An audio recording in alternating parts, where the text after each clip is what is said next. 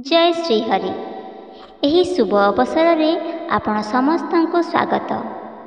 आज आम इंदिरा एकादशी व्रत कथा शुणा जहाँ पितृमोक्ष एवं परम कल्याण प्रदान करे बोली विश्वास करा जाए। शास्त्र रे कहा जायछि जे एकादशी उपवास रखिबा द्वारा अनेक जन्मर पाप क्षय हुए एवं भगवान विष्णुंक अनंत आशीर्वाद प्राप्त हुए। विशेषकर इंदिरा एकादशी उपवास करने द्वारा पूर्वपुरुष माने संतुष्ट हुअन्ति एवं आत्मा मोक्ष प्राप्त हुए। तेणु आसन्तु आमे समस्ते मिसी भगवान विष्णु को स्मरण करिबा एवं एही पवित्र कहानी सुनी आमर जीवन को धन्य करिबा। इंदिरा एकादशी व्रत कथा। राजा इंद्रसेनक पितांक जमलोकरू मुक्तिर कहानी। धर्मराज युधिष्ठिर कहिले, हे प्रभु, आश्विन कृष्ण एकादशीर नाम कौन? एहार पद्धति एवं फलाफल कौन? तेणु दयाकरी मते कहतु। भगवान श्रीकृष्ण कहिचंती जे एही एकादशीर नाम हेउची इंदिरा एकादशी। एही एकादशी पाप को नाश करे एवं पूर्वपुरुष मानंकु पतनरु मुक्ति दिए। हे महाराज, एहार कहानी ध्यानर सहित शुण। एहाकु शुणिबा द्वारा ही व्यक्ति वायापेय यज्ञर फल पाए। सत्य जुगरे माहिष्पति नामक एक नगरी थिला, जहाँ इंद्रसेन नामक एक शक्तिशाली राजांक द्वारा शासित हेउथिला। से पुत्र, नाती, धन एवं एक समृद्ध राज्य सहित आशीर्वाद प्राप्त थिले। तांकर शत्रु माने सर्वदा तांकु भय करुथिले। गोटे दिन जेतेबेले राजा तांको राजसभा आराम रे बसिथिले, महर्षि नारद सेठारे पहुँचिले। नारदंकु देखि राजा तांको आसनरु उठी पड़ी सम्मान प्रदर्शन कले एवं तांको सम्मानर आसन प्रदान कले। तापरे महर्षि नारद कहिले, हे महाराज, आपणक राज्य रे सब किछि ठीक अछि कि? आपणक धार्मिकता देखि मो बहुत खुशी अछि। राजा कहिले, हे दिव्य ऋषि, आपणक कृपा जोगु मो राज्य रे सब किछि भल चलीछि एवं मोर समस्त यज्ञ कर्म एवं अन्य कार्य सफल होइछि।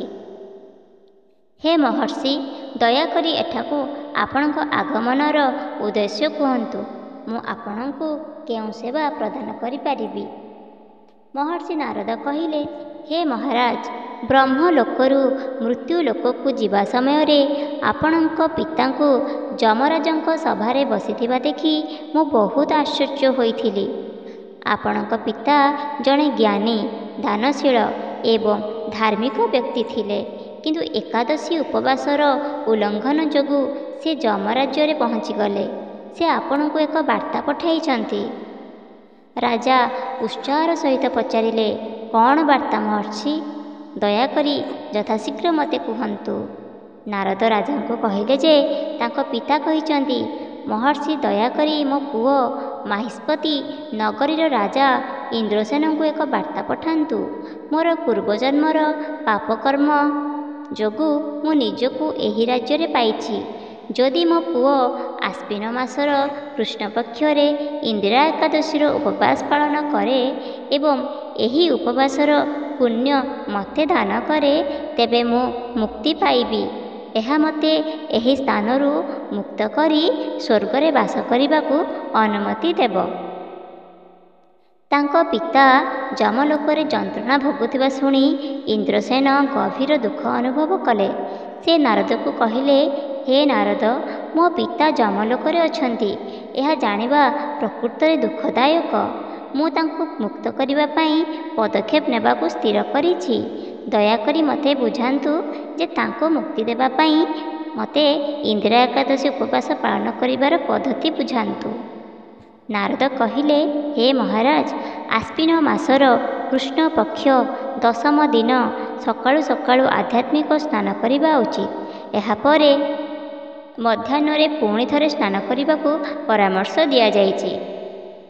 ଦ୍ୱିତୀୟ ସ୍ନାନ ପରେ ଜଣେ ନିଜ ପୂର୍ବପୁରୁଷଙ୍କ ପାଇଁ ଶ୍ରାଦ୍ଧ ଉତ୍ସବ କରିବା ଉଚିତ ଏବଂ ସେହିଦିନ କେବଳ ଗୋଟିଏ ଭୋଜନ କରିବା ଉଚିତ। ରାତିରେ ଜଣେ ଚଟାଣରେ ଶୋଇବା ଉଚିତ। ପରଦିନ ଯାହା ଏକାଦଶୀ ଆପଣଙ୍କର ଦୈନନ୍ଦିନ କର୍ତ୍ତବ୍ୟ ସମାପ୍ତ କରି ସ୍ନାନ କରିବା ପରେ ଭକ୍ତି ସହିତ ଉପବାସ ପାଳନ କରନ୍ତୁ। ଆଉ ସଂକଳ୍ପ ମଧ୍ୟ ନିଅନ୍ତୁ, ଆଜି ମୁଁ ଖାଦ୍ୟ ପରିତ୍ୟାଗ କରିବି ଏବଂ ସମସ୍ତ ପ୍ରକାରର ଭୋଗ ପରିତ୍ୟାଗ କରିବି। ପରଦିନ ମୁଁ ଭୋଜନ କରିବି। ହେ ପ୍ରଭୁ, ଆପଣ ମୋର ରକ୍ଷକ, ଦୟାକରି ମୋର ଉପବାସ ସମାପ୍ତ କରିବାରେ ମୋତେ ସାହାଯ୍ୟ କରନ୍ତୁ। ଏହାପରେ ଅପରାହ୍ନରେ ଶାଳିଗ୍ରାମଙ୍କ ପ୍ରତିମା ସ୍ଥାପନ କରନ୍ତୁ ଏବଂ ଜଣେ ବ୍ରାହ୍ମଣକୁ ଭୋଜନ ପାଇଁ ନିମନ୍ତ୍ରଣ କରନ୍ତୁ ଏବଂ ତାଙ୍କୁ ଦକ୍ଷିଣା ପ୍ରଦାନ କରନ୍ତୁ। ଗାଈ ପାଇଁ ଖାଦ୍ୟର ଏକ ଅଂଶ ରଖନ୍ତୁ। ଧୂପ, ନୈବେଦ୍ୟ ଇତ୍ୟାଦି ସହିତ ଭଗବାନ ବିଷ୍ଣୁଙ୍କ ପୂଜା କରନ୍ତୁ ଏବଂ ସାରା ରାତି ଉଜାଗର ରୁହନ୍ତୁ। ଦ୍ୱାଦଶୀ ଦିନ ନୀରବତା ପାଳନ କରନ୍ତୁ ଏବଂ ଆପଣଙ୍କ ଆତ୍ମୀୟମାନଙ୍କ ସହିତ ଭୋଜନ କରନ୍ତୁ। ହେ ମହାରାଜ, ଏହା ଇନ୍ଦିରା ଏକାଦଶୀ ଉପବାସ ପାଳନ କରିବାର ପଦ୍ଧତି। ଏହି ଉପବାସକୁ ଯତ୍ନର ସହିତ ପାଳନ କରି ଏବଂ ଅଳସ୍ୟକୁ ପରିହାର କରି ଆପଣ ନିଶ୍ଚିତ ଭାବରେ ଯେ ଆପଣଙ୍କର ପିତା ସ୍ୱର୍ଗରେ ବାସ କରିବା ପାଇଁ ଯୋଗ୍ୟ ହୋଇଯାଆନ୍ତି। ରାଜାଙ୍କୁ ସମସ୍ତ ରୀତିନୀତି ବୁଝାଇଦେଲେ ଏବଂ ତାପରେ ନାରଦ ରାଜାଙ୍କୁ ସମସ୍ତ ରୀତିନୀତି ବୁଝାଇଦେଲେ ଏବଂ ତାପରେ ଅଦୃଶ୍ୟ ହୋଇଗଲେ। ଯେତେବେଳେ ଇନ୍ଦିରା ଏକାଦଶୀ ଆସିଲେ, ରାଜା ସମସ୍ତ ନିର୍ଦ୍ଦିଷ୍ଟ ରୀତିନୀତି ଅନୁସାରେ ଉପବାସ ପାଳନ କଲେ।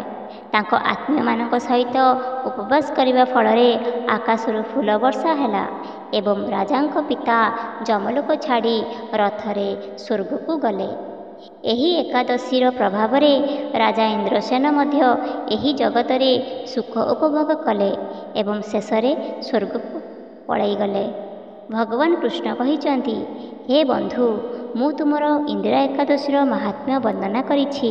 କେବଳ ଏହି କାହାଣୀ ପଢ଼ିବା ଏବଂ ଶୁଣିବା ଦ୍ୱାରା ସମସ୍ତ ପାପ କ୍ଷୟ ହୁଏ ଏବଂ ଶେଷରେ ସ୍ୱର୍ଗରେ ବାସ କରିବାକୁ ଯୋଗ୍ୟ ହୋଇଥାଏ। ବ୍ୟକ୍ତି ଯେକୌଣସି ବ୍ରତ କଲେ ମଧ୍ୟ ସେ ଏହାକୁ ନିଜ ଶରୀର, ମନ ଏବଂ ଆତ୍ମା ସହିତ ପୂରଣ କରିବା ଉଚିତ। ଏହା ସମ୍ପୂର୍ଣ୍ଣ ହୃଦୟର ସହିତ କରାଯିବା ଉଚିତ, କାରଣ କୌଣସି କାର୍ଯ୍ୟ ପାଇଁ କରାଯାଇଥିବା ବ୍ରତ କେବେ ଭାଙ୍ଗିବା ଉଚିତ ନୁହେଁ। ଆଜି ଆପଣଙ୍କୁ ଏହି କାହାଣୀଟି ଯଦି ଭଲ ଲାଗିଥାଏ ତେବେ ଲାଇକ୍, ସେୟାର ଏବଂ ସବସ୍କ୍ରାଇବ୍ କରିବାକୁ ଭୁଲିବେ ନାହିଁ, ଯାହାଦ୍ୱାରା ଧାର୍ମିକ କାହାଣୀ ଓ ପୁରାଣ ଭିଡ଼ିଓ ଦେଖିପାରିବେ। ଧନ୍ୟବାଦ।